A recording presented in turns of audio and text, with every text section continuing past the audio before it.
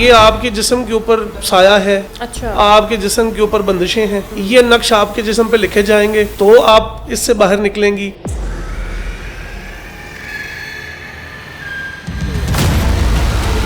इन मसाइल में से निकलने के लिए आपको अपने जिस्म को पाक करना है। देयर आर मल्टीपल फीमेल्स और वो नंबर डबल फिगर में है, मतलब चूंकि इन्वेस्टिगेशन 1000। बहुत सारी जो कलअदम तंजीमें हैं पाकिस्तान की, वो सपोर्ट कर रही होती हैं, इनकी तशहीर कर रही होती हैं। तो सर आप क्या समझते हैं कि जिस तरीके से इनको एक टारगेट दिया जाता है कि आपने लोगों को गुमराह करना है, तो इन लोगों के बारे में आप क्या कहेंगे? अब ये सिर्फ पीरी फकीरी नहीं थी, ये एक पूरा psychological game, because back of the mind उसका मोटिव क्या होता था कि मैंने इस खातून को ट्रैप करना है। तस्वीर इसके पास ओवर 1300, जो वीडियोस है वो तकरीबन 750 से ज्यादा है। ल्योरिन करता उनको फिजिकली, बुटीक से फर्स्ट कांटेक्ट उसका होता। अच्छा। इश्तिहार बनाए हुए थे, ठीक है, इस्तिखारे से हर मसले का हल, दुआ की कबूलियत इस्तिखारे से, आपकी किस्मत को बदल देगी दुआ। शोहर कहते हैं तलाक दे दूंगा, बेटा पैदा करके दो, या औलाद दो। सास कहती है जो है मैं तुम्हें टिकने नहीं दूंगी। तो आप क्या समझते हैं हमारा मुआशरा खवातीन को इधर को धकेलता है? साहब कल को कहेंगे कि मैंने तो इन औरतों को नहीं बुलाया, ये तो अपनी रजामंदी से यहाँ पे आती थी। उनके खिलाफ भी कोई कानूनी कार्रवाई हो सकती है जो खुद जा रही हैं, जिसको कोई ट्रैप नहीं किया गया, कोई ब्लैकमेल नहीं किया गया। प्राइवेट जगह थी इसके पास जहाँ पे ये बुलाता था उनको, और वहाँ बुला के अपनी सारी एक्टिविटी में इनको इन्वॉल्व करता था। पीका एक्ट जो है वो क्या क्या सज़ाएं, एक जिसके ऊपर ये जुर्म है, साबित हो गया है कि उसने ये काम किया है, फ्रॉड किया है, तो कौन कौन सी सज़ाएं उनको मिल सकती हैं? अब इसको सेपरेट कर दिया गया, NCCI क्या FI ये अलग हो गया, ये अलग हो गया? आज से 20, 25, 30 साल पहले चल जाते हैं, जब ये साइबर वर्ल्ड नहीं होता था, डिजिटल मीडिया नहीं होता था, तो क्या होता था कि पीर गुड़ियां बनाया करते थे, उनमें सुइयां चुभाया करते थे, कपड़े मंगवाया करते थे टारगेट के, उन कपड़ों के ऊपर दम दरूद या जो भी वो अपना अमलियात चलाते थे, बिल्कुल वो करते थे। सर बाज़ ऐसा होता है कि NCCI के पास बहुत सारे प्रूफ होते हैं, और ये नहीं कि मजबूर लोगों के, बड़े बड़े हाई प्रोफाइल लोगों के भी होते हैं। सर कभी किसी ने कहा हो कि सर इतने पैसे ले लें अंडर टेबल और ये काम को यहीं पे वाइंड अप करते हैं? बिस्मिल्लाहिर्रहमानिर्रहीम, अस्सलाम वालेकुम नाज़रीन, वेलकम टू NPTV पॉडकास्ट, और मैं हूँ आपके साथ नाया अबद। नाज़रीन, आज हम एक बहुत ही इंपॉर्टेंट टॉपिक के ऊपर बात करेंगे, वो है साइबर क्राइम। ये साइबर क्राइम अब सिर्फ गली मोहल्लों तक महदूद नहीं है, बल्कि ये अब सोशल मीडिया पे भी आ चुका है। फेसबुक पर, टिकटॉक पर, इंस्टाग्राम पर और डिफरेंट जो सोशल मीडिया के ऐप्स हैं वहाँ तक इसकी रसाई हो चुकी है, और लोग जो हैं, मासूम लोग इन चीज़ों के विक्टिम बन जाते हैं। और इस सारे मामले में एक बहुत ही जो है एक अहम बात यह है कि पाकिस्तान जिस हम सोसाइटी में रहते हैं, यहाँ पर पीरों का बहुत ज़्यादा राज है। यहाँ की ज़्यादातर आवाम जो है वो बहुत ज़्यादा पीरों को जो है वो मानते हैं, उनको फॉलो करते हैं। लेकिन जहाँ पर ओरिजिनल असली पीर भी हैं, वहाँ पर आज के दौर में बहुत सारे जाली पीरों ने जो है वो अपने झंडे गाड़े हुए हैं, डेरा लगाया हुआ है, और आवाम को वो किस तरीके से वर्गलाते हैं, लाखों की तादाद में उनसे पैसे भी लेते हैं। और ख़वातीन की बात की जाए तो उनको वर्गलाते भी हैं, बहुत सारे उनसे पैसे तो एक साइड पे लेते ही लेते हैं, उनको ब्लैकमेल करके उनकी वीडियोस, उनके पिक्चर्स इस तरीके की हासिल कर लेते हैं कि वो बाद में बेचारियाँ मजबूर हो जाती हैं और हर गलत काम करने पर मजबूर हो जाती हैं। इसी सारे टॉपिक पे हम बात करेंगे, और इस पर बात करने के लिए मेरे साथ मौजूद हैं deputy director NCCI Hasan Naqvi sahab. Sir अस्सलाम वालेकुम। सर बहुत शुक्रिया आपके टाइम का। वेलकम। सर सबसे पहले हम बात करेंगे कि रिसेंटली ही NCCI ने लाहौर में एक जो है एक पीर साहब, उनको बेनकाब किया है, जो एक बहुत बड़ा गैंग था और डिफरेंट तरीक़ों से वो ख़वातीन को हिरासा कर रहे थे। सर वो क्या मामला था, किस तरीके से आप उन पीर साहब तक पहुँचे और क्या क्या उनके पास से बरामद हुआ? देखिए, हमारे पास national cyber crime investigation agency के अंदर एक सेल है जिसको हम कहते हैं ओपन सोर्स इंटेलिजेंस, OSINT। इस सेल का काम होता है कि ये ऑनलाइन ब्राउजिंग करता है, सर्फिंग करता है, और कोई भी इलिसिट एक्टिविटी या कानून से हटकर कोई जो एक्टिविटी हो रही होती है, इसको वो मॉनिटर करता है और इसको हमें फिर रिपोर्ट करता है। इन्वेस्टिगेशन वाली जो हमारा सेक्शन है उसको रिपोर्ट करता है। हमारे OSINT ने एक रिपोर्ट भिजवाई कि एक मौसूफ है जो ऑनलाइन इस्तिखारे का काम कर रहे हैं। istikhara.com plus he had some TikTok accounts, Facebook accounts, जिसके ऊपर उसने अपने एड्स बना के लगाए हुए थे कि ख़वातीन के और भी आपकी ज़िंदगी के जो भी मसाइल हैं उनका हल इस्तिखारे और दुआ के ज़रिए होगा। यहाँ से वो ल्योर इन करता था, ट्रैप इन करता था लोगों को, जिनमें ज़्यादा तादाद ख़वातीन की थी। और वहाँ से जब ये ख़वातीन इसके साथ राब्ते में आती थी तो राब्ते में आने के बाद उनको फिर ये मिसयूज़ करता था। अच्छा। इन द गाब ऑफ इस्तिखारा। अब इस्तिखारा, यहाँ कुछ चीज़ें समझने की ज़रूरत ये है, इस्तिखारा की एसोसिएशन है हमारे रिलीजन के साथ और उसको एक्सप्लॉइट करके अपनी बात मनवाने के लिए कि इस्तिखारे की गाब में वो एक स्टेप से अगला स्टेप और उससे अगला स्टेप और उससे अगला स्टेप कंफर्ट जोन में लाता जाता था जी। जो भी विक्टिम खातून होती थी। पहले ये सब ऑनलाइन स्टार्ट होता था, खातून इसको राब्ता करती थी कि जी मेरा मसाइल हैं, अमूमी तौर पर जो मसाइल होते हैं, जैसा कि हमारे घरों में शादी सक्सेसफुल नहीं जा रही है, हस्बैंड नाराज़ है, या मोस्टली इस तरह के मामले। सास मुझे मेरे मियाँ के साथ टिकने नहीं देती, मेरे मियाँ का बाहर औरतों के साथ चक्कर है, मुझे पैसे नहीं देता, इस तरीके की ही शिकायतें होती हैं। इस तरह के मोस्टली शिकायत के साथ वो ख़वातीन के साथ रब्ता करते। अब ये सिर्फ पीरी फकीरी नहीं थी, ये एक पूरा साइकोलॉजिकल गेम थी जी। Because back of the mind उसका मोटिव क्या होता था कि मैंने इस खातून को ट्रैप करना है, ना कि इस खातून का कोई मसला हल करना है इस्तिखारे के जरिए, क्योंकि ना वो वीर था, ना उसको कोई ये चीज़ें पता थी और ना ही वो ये कुछ ऐसी चीज़ें कर सकता था। तो वो खातून या विक्टिम जो भी होती थी उनको वो पहले ल्योर इन करता था कि आपके मसाइल के हल करो। वो स्टार्ट ऑफ करता था छोटे छोटे उसको तावीज़ात और मुख्तलिफ अमलियात बताकर। यहाँ से जब वो नेक्स्ट स्टेप पे जाता था तो उसी खातून को वो कोई ऑब्सीन या इलिसिट वीडियो भेजता था जिसमें किसी और खातून का चेहरा तो नज़र नहीं आ रहा होता था, लेकिन उसका जिस्म नज़र आ रहा होता था कि उसके जिस्म पे वो खातून खुद कुछ नक्श लिख रही है। अच्छा। तो या लिखे हुए नक्श हैं, तो वो उसको भेजता था जो उसकी मेन विक्टिम इस वक्त जिस पे वो काम कर रहा होता। तो यहाँ पे अगर वो खातून इस केस को अपने जिस्म पे ये नक्श बनाकर भेज देती और इन द गाब ऑफ कि जी ये आपके जिस्म के ऊपर साया है, अच्छा, आपके जिस्म के ऊपर बंदिशें हैं, ये नक्श आपके जिस्म पे लिखे जाएंगे तो आप इससे बाहर निकलेंगी। इन मसाइल में से निकलने के लिए आपको अपने जिस्म को पाक करना है। अच्छा। इस जिस्म को पाक करने के लिए आप ये नकूश, बट देवर नकूश, एक चीज़ मैं क्लियर कर दूं, वो कोई रिलीजियस डॉक्यूमेंट या फॉर दैट मैटर को कुरानी आयत या ऐसा कुछ नहीं। अच्छा। क्योंकि ये फिर ब्लास्फेमी के ज़िम्रे में चला जाता है। ऐसा कुछ नहीं था, वो नकूश ही होते थे, मुख्तलिफ नकूश होते थे, नंबरिंग वगैरह से कर देते हैं, नंबरिंग होते थे, हुरूफ हो जाते, इस तरह का जो है वो कुछ होता था। तो वो खातून जो तो इसमें आ जाती थी, तो यहाँ पे वो फिर असेसमेंट करता था अपनी अगेन साइकोलॉजिकल अपना वो यूज़ करते हुए कि जो खातून इस पॉइंट तक मेरे साथ आ गई है कि अपने जिस्म की वीडियो बनाकर मुझे भेज रही है, तो मैं अगर इसको बुला भी लूँगा तो ये मेरे कहने पे आ भी जाए। इजी टारगेट है, इजी टारगेट है। जहाँ पे वो खातून ब्रेक लगा देती थी इस चीज़ को तो वहाँ पे ये पीछे हट जाता था। अच्छा। बिल्कुल ये पीछे हट जाता था वहाँ पे। लेकिन जहाँ पे खातून राजी हो जाती थी ये करके भेजने को, ओके की रिपोर्ट करती थी और इसको वापस वो वीडियो भेजती थी कि मैंने ये बनवाया है या ये कर लिया है मैंने, तो तब ये नेक्स्ट स्टेप कहता था कि नहीं ये तो मजीद स्ट्रॉन्ग बंदिश है, इसके लिए आपको अब आना पड़ेगा। तो एक आधा 2 चक्कर ये लगवाता था उसके, लगवाने के बाद उसको मजीद नेक्स्ट स्टेप पे चला जाता था कि जी अब मजीद बंदिशों के लिए आपको मजीद को मेरे साथ इलिसिट एक्ट्स करने पड़ेंगे। तो वो भली मानस या भोली मानस ख़वातीन जो समझती थी कि शायद हम अपने मसाइल के हल के लिए ये सब कुछ करेंगे, वो इसके ट्रैप में आ जाती थी। अब यहाँ पे एक बहुत ज़रूरी चीज़ आ जाती है, हमारी पब्लिक अवेयरनेस। देखें, खुदा पाक की ज़ात है जो आपके मसाइल हल करती है, बिल्कुल बेशक, उसके सिवा कोई दुनिया की ताकत नहीं है जो उसकी मर्ज़ी के अगेंस्ट हल कर ले या कोई ऐसा काम आप करें कि जो उसके हुक्म से हट के है और आपके मसाइल के हल के लिए, वो खुदा की ज़ात उसमें शामिल नहीं है।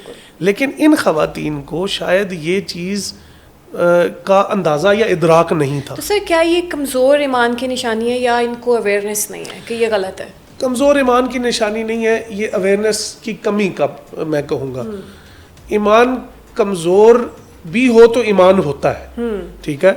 और ये चीज़ तो वो है कि जो बच्चे को भी पता है रिलीजियसली भी और सोशली भी कि ये आपने अपने जिस्म के कुछ हिस्से जिनको दीन ने भी और सोशली भी प्रोहिबिट किया गया है एक्सपोज करने से, वो एक्सपोज नहीं करने हैं। कुछ उनको कोई टच करे या कोई किसी एक्टिविटी में इन्वॉल्व हो, सोशली भी और रिलीजियसली भी, तो ये ईमान की कमज़ोरी की नहीं मैं कहूँगा, ये अवेयरनेस की कमी थी। ये अवेयरनेस हमें फैलाने की ज़रूरत है कि वो काम जो आपके दीन ने इजाज़त नहीं दी है उसकी, वो अगर आप अपनी दिली मुराद पूरी करने के लिए करवा रहे हैं तो आप फिर दीन पे अमल करने से बाहर निकल गए, और वो काम भी नहीं होगा। वो काम तो ऑब्वियसली नहीं होगा, बिल्कुल दैट इज सो ऑब्वियस कि वो नहीं होगा। बिल्कुल। अच्छा सर, ये जो पीर साहब आपने पकड़े हैं सर, इनके पास से कितनी ख़वातीन का डाटा जो है वो बरामद हुआ है, कितनी ख़वातीन इस विक्टिम का शिकार हुई हैं? अभी तक जी इनका जो हमारे पास फिजिकल कस्टडी में जो हम फ़िलहाल निकाल चुके हैं, देयर आर मल्टीपल फीमेल्स। अच्छा जी हाँ, चूँकि और वो नंबर डबल फिगर में है इस वक्त तक। अच्छा, मतलब चूँकि इन्वेस्टिगेशन 1000 नहीं, 1000 तो ट्रिपल फिगर में चला जाएगा, डबल फिगर में as in sir pictures 1000 plus हैं। हाँ पिक्चर्स, यस मैं विक्टिम्स की अभी बात कर अच्छा, रहा हूँ ठीक कि है। जो खवातीन हैं जिनकी पिक्चर्स और वीडियो हैं वो डबल फिगर में है। ठीक है। और चूंकि इन्वेस्टिगेशन अभी ऑनगोइंग है तो इस वक्त हतमी तौर पे हम फाइनलाइज नहीं बता सकते कि वो कितनी है। मे बी ड्यूरिंग मजीद उसका, चूंकि वो फिजिकल रिमांड पे है और ये नंबर हो सकता है इंक्रीज हो जाए, so it would be not right to express any single number right now victims के हवाले से। बाकी रह गई बात वीडियोस और तस्वीरों की, तस्वीर इसके पास ओवर 1300, अच्छा 1300 से ज़्यादा तस्वीरें हैं, और जो वीडियोस हैं वो तकरीबन 750 से ज़्यादा है। और ये एक प्राइवेट जगह थी इसके पास जहाँ पे ये बुलाता था उनको, और वहाँ बुला के अपनी सारी एक्टिविटी में इनको इन्वॉल्व करता था। और apparently on the face of it इसने एक दुकान बनाई हुई थी, बुटीक बनाई हुई थी कपड़ों की, अच्छा और ख़वातीन को यही बताता था कि ये तो मेरा हॉबी है ये करना, मेरा कारोबार नहीं है। अच्छा। और उसके अगेंस्ट नॉमिनल सी अमाउंट्स ये उनसे लिया करता था। सर मतलब बुटीक में जो ख़वातीन आती थी वहाँ से फिर उनको, वो कहते हैं ना एक शिकंजा था बुटीक, वहाँ से ख़वातीन को फिर ये नहीं, शिकंजा बुटीक नहीं था। देखें, अगर बुटीक होता तो वहाँ, यहाँ पे एक और चीज़ मैं क्लियर करना चाहता हूँ कि अगर वो ल्योरिन करता उनको फिजिकली बुटीक से, फर्स्ट कांटेक्ट उसका होता, तो तब साइबर इन्वॉल्व नहीं था उसमें। अच्छा फिर वो साइबर स्पेस का केस नहीं है। अच्छा, then it is a case of police, क्योंकि वो फिजिकल स्पेस है। फिजिकल था, साइबर के पास साइबर के पास चूंकि ये ऑनलाइन सिस्टम में लोगों को ल्योरन कर रहा था, तो द ऑफेंस वाज कमिटेड और इनिशिएटेड थ्रू साइबर वर्ल्ड। तो इसलिए हम फिर इसमें हमारी जुरिस्डिक्शन में फॉल करके आए, ये बेटर। अच्छा सर, जिस तरीके से अब ये पीर साहब कल को कहेंगे कि मैंने तो इन औरतों को नहीं बुलाया, ये तो अपनी रजामंदी से यहाँ पे आती थी या मुझे अपनी वीडियोस पिक्चर्स बनाकर भेजती थी, तो सर वहाँ पे कानून क्या करेगा? देखें, वीडियोस बनाकर भेजना या रजामंदी से आना is one thing, and using those videos to blackmail someone is another thing. ठीक है। वीडियोस को यूज करना इज एन ऑफेंस।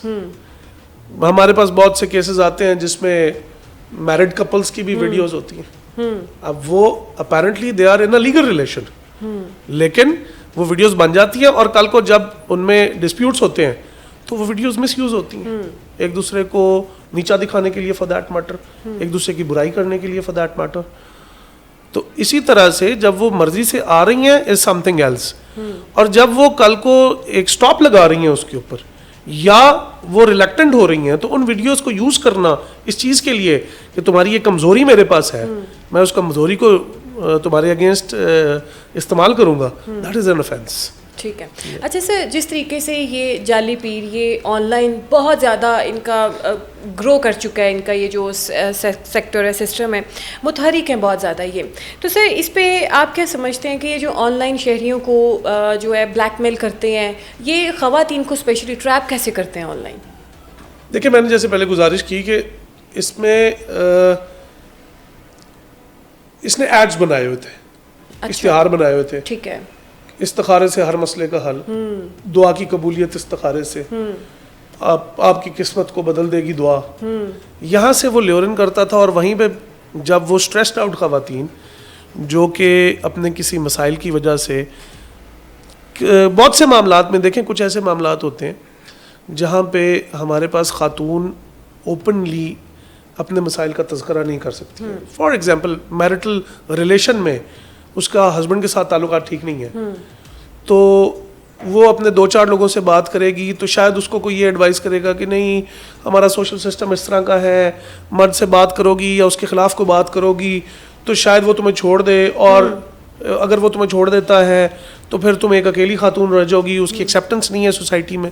तो इन प्रेशर्स की वजह से ख़वातीन क्या करती हैं, वो इस तरह के रास्तों में निकल जाती हैं कि वो अपने घर को सीधा करने के लिए, अपने मसाइल को हल करने के लिए फिर वो रास्ते अपनाती हैं जहाँ पे उनकी वल्नरेबिलिटीज़ को लोग एक्सप्लॉइट करते हैं। बिल्कुल, वो कंप्रोमाइज़ कर जाती हैं, स्पेशली औलाद के लिए और बेटे के लिए। बहुत सारी ख़वातीन सर हमने रिपोर्ट की हैं मीडिया फील्ड में, जब से मैं वुमेन देखी हैं कि ऐसी ऐसी ख़वातीन जो शौहर कहते हैं तलाक दे दूँगा, बेटा पैदा करके दो, या औलाद दो, सास कहती है जो है मैं तुम्हें टिकने नहीं दूंगी।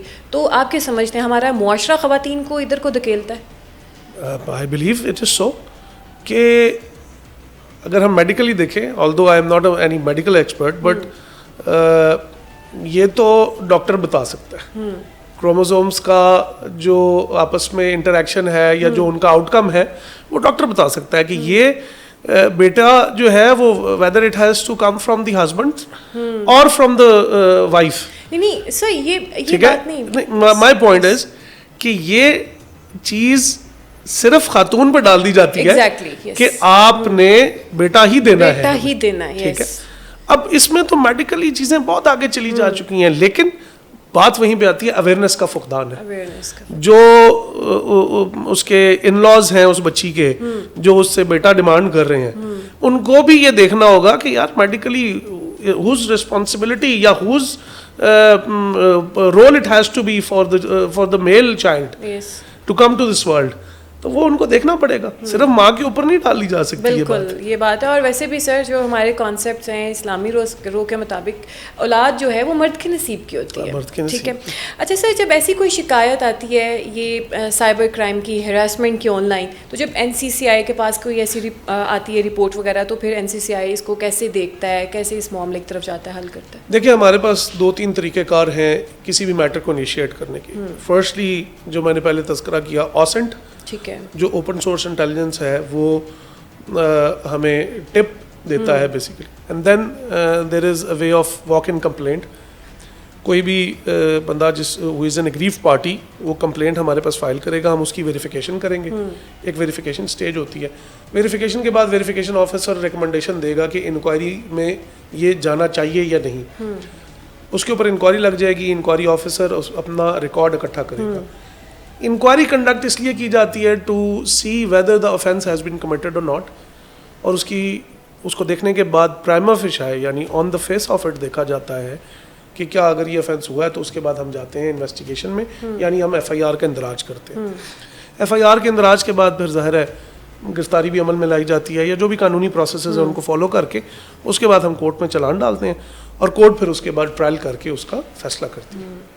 अच्छा सर, ये जो ऑनलाइन फ्रॉड करते हैं ऐसे, जैसे ये पीर हैं और बहुत सारे लोग हैं, तो सर जब एक ऐसी चीज़ हो जाती है तो पीका एक्ट जो है वो क्या क्या सज़ाएं, एक जिसके ऊपर ये जुर्म है साबित हो गया है कि उसने ये काम किया है, फ्रॉड किया है, तो कौन कौन सी सज़ाएं उनको मिल सकती हैं? देखिए, पीका में मुख्तलिफ सज़ाएँ हैं, it depends upon the nature of the offence जो आपने किया। फॉर एग्ज़ाम्पल, अगर आप किसी की हरासमेंट कर रहे हैं, तो वो आप हरासमेंट में क्या उसकी कोई इलिसिट तस्वीरें यूज़ कर रहे हैं या नहीं कर रहे हैं, तो उसकी कुछ और सज़ा है। Intensity of the punishment depends upon the intensity of the crime. अगर आप किसी को डिफेम कर रहे हैं तो उसकी कम सज़ा है। अगर आप किसी की पिक्चर्स वायरल कर रहे हैं, पर्सनल पिक्चर्स वायरल, इलिसिट तस्वीरें वायरल कर रहे हैं, उसकी ज़्यादा सज़ा है। और उसमें अगर ये चाइल्ड आ जाता है जो माइनर है, उसके साथ कोई ऐसी एक्टिविटी या उसकी कोई तस्वीरें वीडियो आप वायरल कर रहे हैं, तो फिर उसकी एक एक्सट्रीम सज़ा है। हेट स्पीच की और सज़ा है, वो भी एक हेट स्पीच है कि आप मुआशरे में ऐसी बात कर रहे हैं जिसमें अनरेस्ट हो सकता है मुआशरे में। आप कोई किसी सेक्टेरियन वायलेंस की बात कर रहे हैं, या आप रिलीजियसली इन चीज़ों को फैला रहे हैं कि लोग आपस में लड़ें, तो उसकी और सज़ा है। साइबर टेररिज्म की और सज़ा है। तो ये इट एंटायरली डिपेंड्स के जिस हद का क्राइम है उसी सेवेरिटी की सज़ा है उसके आगे। It starts from 6 months and goes up to 14 years। अच्छा सर, अगर कोई औरत जो है, स्पेशली औरत, वैसे तो मर्द हजरात भी होते हैं इस चीज़ का शिकार, लेकिन अगर कोई औरत या मर्द इस चीज़ों का शिकार हो गए हैं, तो सर जो सबूत होते हैं वो स्क्रीनशॉट्स हो गए या कोई मैसेजेस हो गए, तस्वीरें, वीडियोस हो गई, तो सर उनको महफूज किस तरीके से करें जो आगे उन्होंने देनी है?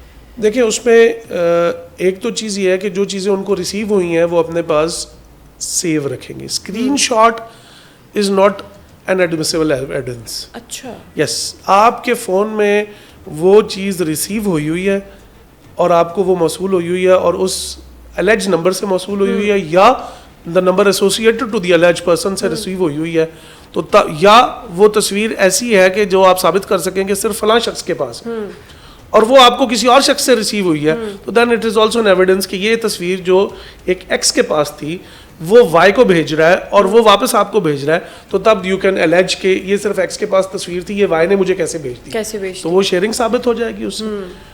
लेकिन स्क्रीनशॉट क्या है कि स्क्रीनशॉट कैन बी अमेंडेड. अच्छा. ठीक है, जिन्होंने कंप्लेंट लेके आना है they have to come with solid proof कि हमारे साथ ये चीज़ शेयर की गई है, वो आपकी डिवाइस में मौजूद होनी चाहिए, आपको रिसीव हुई होनी चाहिए. वन टाइम व्यू में भी अगर भेजी है तो वी हैव टूल्स, हम उसको रिट्रीव कर सकते हैं. अच्छा.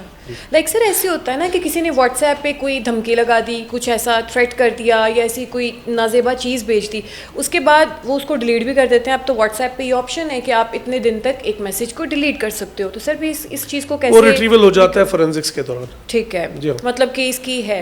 और सर एक जो है एक बहुत मैं समझती हूँ बड़ी चीज़ है, आजकल AI का दौर है, टेक्नोलॉजी है, वो सर पे चढ़ के बोल रही है.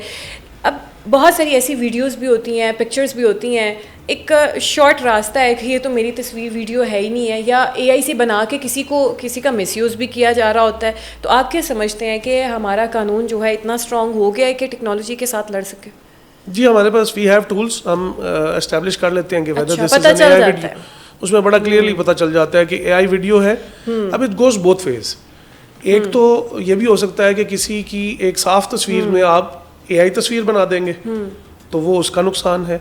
और ये भी हो सकता है कि किसी और उसमें आप उसको ब्लैकमेल कर रहे हैं और किसी और की तस्वीर आप बना के कहते हैं कि you are doing this activity, तो वो भी अलेज हो सकता है, लेकिन बट AI साबित हो जाता है कि ये AI जनरेटेड है. अच्छा सर, बहुत सारी ख़वातीन ऐसी भी होती हैं जो खुद चल के पीर साहब के पास जाती हैं और अपना रोना रोती हैं, जैसे हमने शुरू में भी ये बात की. तो आप क्या समझते हैं कि उनके खिलाफ भी कोई कानूनी कार्रवाई हो सकती है जो खुद जा रही हैं, जिसको कोई ट्रैप नहीं किया गया, कोई ब्लैकमेल नहीं किया गया? देखें, कानून कहता है कि वेदर विद कंसेंट और without consent, it is irrespective to us. हम इसमें irrespective of consent and without consent. देखें, पहली बात तो ये है कि जो तस्वीर वीडियो बन रही है इट इज़ अंडरस्टूड वो कंसेंट से बन रही होती है. इन वेरी रेयर केसेस होता है कि कोई हिडन कैमरा लगा हुआ हो कहीं पे या कुछ हो. तो मैंने जैसे पहले अर्ज की कि कंसेंट और not consent is not our part, blackmailing is our part. वो उसने कंसेंट से ली है तस्वीर वीडियो या उसने विदाउट कंसेंट ली है, that is not our part. Our part is कि he is blackmailing on it, he और she for that matter is blackmailing on it. मतलब कि लड़का या लड़की या पीर कोई ऐसे, सर ये तो मैं पीर के हवाले से बात कर रही हूँ, वहाँ पे ख़वातीन जो खुद जाती हैं और जाके कहती हैं. और सर एक और बहुत बड़ा फैक्टर है, अपने अजीज़ों की तस्वीरें, उनका जो डाटा है वो भी उनको जाके फ्राहम करती हैं. तो जैसे सोतन जी, मेरी सोतन मुझे सुकून नहीं लेने दे रही, उसकी तस्वीर दे दी, और अपनी सास की भी दे दी, अपने ससुर की भी दे दी, शौहर की भी दे दी, नंदों की भी दे दी. तो सर ये तो फिर सीधा सीधा एक मुद्दा है ना कि आप अगले को डाटा प्रोवाइड कर रहे हो. ठीक है, वो तो फिर आपको ब्लैकमेल करेंगे, तो फिर इसमें तो सर वो औरत कसूरवार नहीं जिसने ये सारी चीज़ें प्रोवाइड की. देखिए जी, इसमें मैं आपको थोड़ा सा बैकग्राउंड में हम चले जाते हैं. आज अब आ गए हैं साइबर वर्ल्ड में, अब आ गई हैं डिजिटल मीडिया की तस्वीरें भी, वीडियोस भी.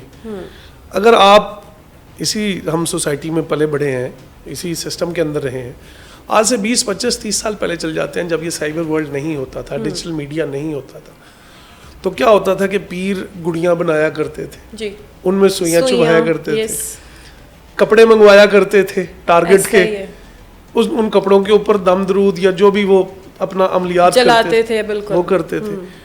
तो एडवांसमेंट्स के साथ साथ शोबदेबाजी भी एडवांस होती जा रही है. तो बेसिकली इट्स शोबदेबाजी और जो भी इसके अंदर फंस. सो वो तस्वीरें मीडिया उस वक्त भी प्रोवाइड करना इन फॉर्म ऑफ कपड़े या फॉर दैट मैटर उसकी वो गुड़ियाँ बनवाना उस वक्त भी गलत था, और आज भी digital media. But again I would say that is something separate. ये वो चीज़ें हैं जिनको इस्तेमाल करके पीर साहब ल्योरिन कर रहे हैं, और ल्योरिन करने के बाद उसका मिसयूज कर रहे हैं. हम कहाँ पे आएंगे बीच में, where it is being misused. ठीक है. अच्छा सर, ये जो जाली पीर हैं, बहुत सारे, स्पेशली लाहौर में तो बहुत सारे बैठे हुए हैं और लोगों की मजबूरियों का फ़ायदा भी उठाते हैं ये। अच्छा, इनको बहुत सारी जो कलअदम तंजीमें हैं पाकिस्तान की वो सपोर्ट कर रही होती हैं, इनकी तशहीर कर रही होती हैं। तो सर आप क्या समझते हैं कि जिस तरीके से इनको एक टारगेट दिया जाता है कि आपने लोगों को गुमराह करना है, तो इन लोगों के बारे में आप क्या कहेंगे? देखिए, अभी तक हमारे पास सच कोई ऐसा सरफेस नहीं हुआ केस, बिकॉज जैसे मैंने गुजारिश की कि साइबर वर्ल्ड में चीज़ें अभी बदल रही हैं, तो ऐसा कोई केस नहीं आया जिसके पीछे कोई कलअदम तंजीम किसी पीर फ़कीर को सपोर्ट कर रही हो सोसाइटी में गुमराही फैलाने के लिए। But yet at the same time हम अगर कलअदम तंजीमों के हवाले से या बैंड आउटफिट्स के हवाले से बात करेंगे तो ये ज़रूर है कि उनकी ग्लोरिफिकेशन या उनकी सपोर्ट या किसी भी सूरत में उनकी किसी एक्टिविटी को हाईलाइट करना, दिस इज़ एन ऑफेंस। ठीक है। वो इदारा या वो ऑर्गेनाइजेशन जिसको स्टेट ऑफ पाकिस्तान ने बैन किया है, कलअदम किया है, आप अगर पाकिस्तानी होने के नाते उसको सपोर्ट कर रहे हैं तो आप अपनी मदर के साथ, आप अपनी मदरलैंड के साथ एक गद्दारी कर रहे हैं। आप मदरलैंड के खिलाफ खड़े हो रहे हैं। State will not allow that. बिल्कुल, मतलब उनके खिलाफ भी कार्रवाई हो सकती है और होगी, होनी भी चाहिए, होती भी है, बिल्कुल होती भी है। अच्छा सर, अगर हम आपको कहें, लाइक मैं कहूँ कि सर इस तरीके से एक पीर साहब हैं और वो इस तरीके से ख़वातीन को हिरासा करते हैं, उनकी पिक्चर्स वीडियोस बना लेते हैं, फिर उनको ब्लैकमेल करते हैं, तो क्या आप हमारे साथ जाके वहाँ कार्रवाई करेंगे? हम आपके साथ जाके जरूर नहीं करेंगे।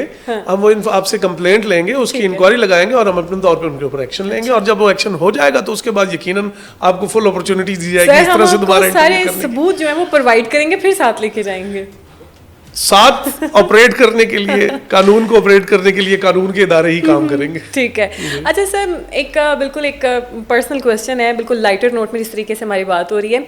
सर बाज़ औक़ात ऐसा होता है कि NCCI के पास बहुत सारे प्रूफ होते हैं, और ये नहीं कि मजबूर लोगों के, बड़े बड़े हाई प्रोफाइल लोगों के भी होते हैं। सर कभी किसी ने कहा हो कि सर इतने पैसे ले लें अंडर टेबल और ये काम को यहीं पर वाइंड अप करते हैं? देखिए, सिस्टम है, it's a part of the system. यहाँ हमारे अनफॉर्चुनेटली ऐसे लोग बातें भी होती हैं, but these are something which are not related to us. वो बाहर कहीं बात कर रहे हैं, अव्वल तो किसी की इतनी जरूरत नहीं होती कि वो डायरेक्टली आके ऐसे अप्रोच करे, और अगर कहीं से कोई बात इस तरह की भी आए तो वो put it under the carpet, it's not a part of it. हमने कानून के मुताबिक काम करना। अच्छा, मतलब अंडर टेबल जैसे आम तौर पे हमारी जो पुलिस है उनको लेके कॉन्सेप्ट पाया जाता है, अंडर टेबल कोई इनकी डील हो गई है या ये कर लेते हैं या हो सकती है, मतलब आपके डिपार्टमेंट में ऐसी चीज़ नहीं है और आपके साथ पर्सनली कभी ऐसा हुआ नहीं? मतलब मैं ये कह रही हूँ कभी किसी ने ऑफर की हो? नेवर। अच्छा, I've never come across any such offer. सही है। अच्छा सर, एक और भी एक कॉन्सेप्ट का क्वेश्चन है, जैसे कि साइबर क्राइम जो है FIA से रिलेटेड इसको पहले जोड़ा जाता था और उसी का ही एक ये था प्रोजेक्ट था, अब इसको सेपरेट कर दिया गया NCCI। ये क्या FIA अलग हो गया, ये अलग हो गया? लेकिन जी एक इदारा FIA में बनाया गया था, एक पार्ट जिसको हमने NR3C, ठीक है, पहले नाम दिया गया था, फिर it change to cyber crime wing. 2025 में पीका में अमेंडमेंट्स आई थी, Pakistan prevention of electronic crimes act 2016 में आया, और 2025 की जो इसमें अमेंडमेंट्स आई थी तो उसके नतीजे में एक नई ऑर्गेनाइजेशन मार्ज़ वजूद में आई थी जिसका नाम रखा गया था national cyber crime investigation agency. So now we are an independent organization. Earlier we were a part of FIA, but since 2025 अब हम एक independent इदारा हैं और we work independently separately from FIA। ठीक है। अच्छा सर, लास्ट पे एक बस ये आखिरी क्वेश्चन है आपसे कि अवेयरनेस, जिस तरीके से हमने बात की कि अवेयरनेस नहीं है हमारी सोसाइटी में, लेकिन सर अगर हम डीपली जाएं तो बहुत सारे पढ़े लिखे नौजवान जो हैं, ख़वातीन हैं, मर्द हज़रात हैं, कोई अपनी नौकरी के लिए जा रहा होता है बुज़ुर्गों के पास, पीरों फ़कीरों के पास, कोई औलाद के लिए जा रही होती है, कोई पसंद की शादी के लिए जा रहा होता है, कोई रिस्क के लिए जा रहा होता है। तो सर आप क्या कहेंगे कि मज़ीद अवेयरनेस किस तरीके से आनी चाहिए कि लोग ऐसे ऑनलाइन ये जो जाली पीर हैं इनके विक्टिम ना बने, इनके फ्रॉड का शिकार ना? देखें, पहली बात तो ये है कि जो बरगज़ीदा बंदे से दुआ करवाने में हर्ज कोई नहीं, बट अब उसको आपने इवेल्यूएट खुद करना है। उसके लिए बेसिक एक प्रिंसिपल है, जो भी शख्स दीन इस्लाम की टीचिंग्स के मुताबिक आपको गाइड कर रहा है, आपके लिए दुआ कर रहा है, या आपको को वजीफ़ा करने का कह रहा है जो कि एन रिलीजियस टीचिंग्स के मुताबिक है, तो डेफिनेटली वो यकीनन आप बीइंग मुस्लिम से हमारा राइट है, हम अपने खुदा से मांगेंगे और खुदा ने ही बहुत से रास्ते बताए हैं, उन्हीं रास्तों के मुताबिक अगर आपको कोई गाइड कर रहा है तो डेफिनेटली उसके ऊपर आप अमल करें। और अगर ज़रा सा भी कोई उस रास्ते से डिविएट करने का कह रहा है आपको, तो डेफिनेटली वो आप ना करें, फिर वो आप किसी सूरत ना करें। जहाँ पे आपको महसूस हो कि ये अल्लाह के रास्ते के खिलाफ जा रहा है मुझे मेरी मंजिल पाने के लिए, तो उसको आप हट जाएं उसमें, क्योंकि उसमें अल्टीमेटली नुकसान ही नुकसान होगा। जी जी। तो नाज़रीन, गुफ्तगू आपने सुनी जिस तरीके से जाली पीरों ने डेरा लगाया हुआ है जगह जगह हर शहर में। एक बात है कि जो असली पीर होता है ना, उनको ऐसे अपनी तशहीर की ज़रूरत नहीं होती है, लोग ऑटोमेटिकली उनके पास चले जाते हैं, उनको ज़रूरत नहीं होती है कि वो फेसबुक पे इंस्टाग्राम पे इस तरीके से अपनी तशहीर करें कि आप हमारे पास आएँ, हम आपके मसलों का जो है हल निकालेंगे। और बहुत सारे लोग जो ऐसे हैं, पढ़े लिखे नौजवान भी और जो इतने क्वालिफाइड नहीं होते, वो लोग भी वहाँ पर जाते हैं और विक्टिम जो है बन जाते हैं। तो खुदारा छानबीन करके फिर जाएं, अदरवाइज़ आप जाए नमाज़ बिछा के अल्लाह ताला से दुआ करें, वो ज़ात आपको उधर बैठे भी दे देगी। ज़रूरी नहीं कि आपने कहीं जाना है फिर ही आपकी झोली भरी जाएगी। इजाज़त दीजिए, अल्लाह हाफ़िज़।